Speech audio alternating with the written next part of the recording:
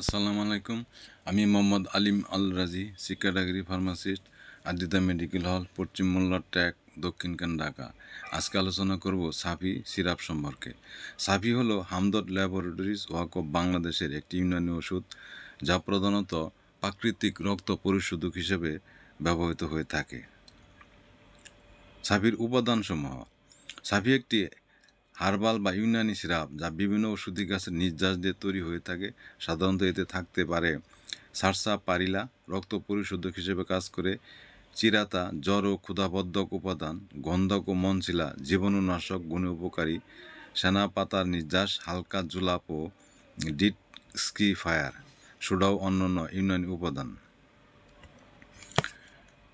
নির্দেশনা: রক্তদূষণ, ফোড়া, ব্রণ, ফুসকুড়ি, বিবর্ণতা, একজিমা, সেরোসাইটিস, খুসপাসটা, নাকে রক্তক্ষরণ, কোষ্ঠকাঠিন্য, স্থূলতা, অবসাদ, হাম এবং প্রস্রাবকালীন জ্বালাপোড়া। ব্যবহারের নিয়ম: প্রাপ্তবয়স্কদের জন্য দিনে 2 থেকে 4 চা চামচ, দৈনিক 1 থেকে 2 বার। শিশুদের জন্য বয়স অনুযায়ী ডোজ কমানো উচিত। অপ্রাপ্তবয়স্ক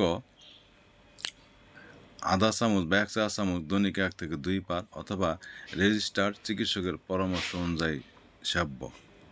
সতর্কতা: গর্ভবতী মহিলা, শিশু ও দীর্ঘস্থায়ী রোগী এই সিরাপ ব্যবহার করার আগে চিকিৎসকের পরামর্শ নিন। অতিরিক্ত গ্রহণে ডায়রিয়া বা পেটের গড়বড় হতে পারে। সকলকে ধন্যবাদ। আসসালামু আলাইকুম।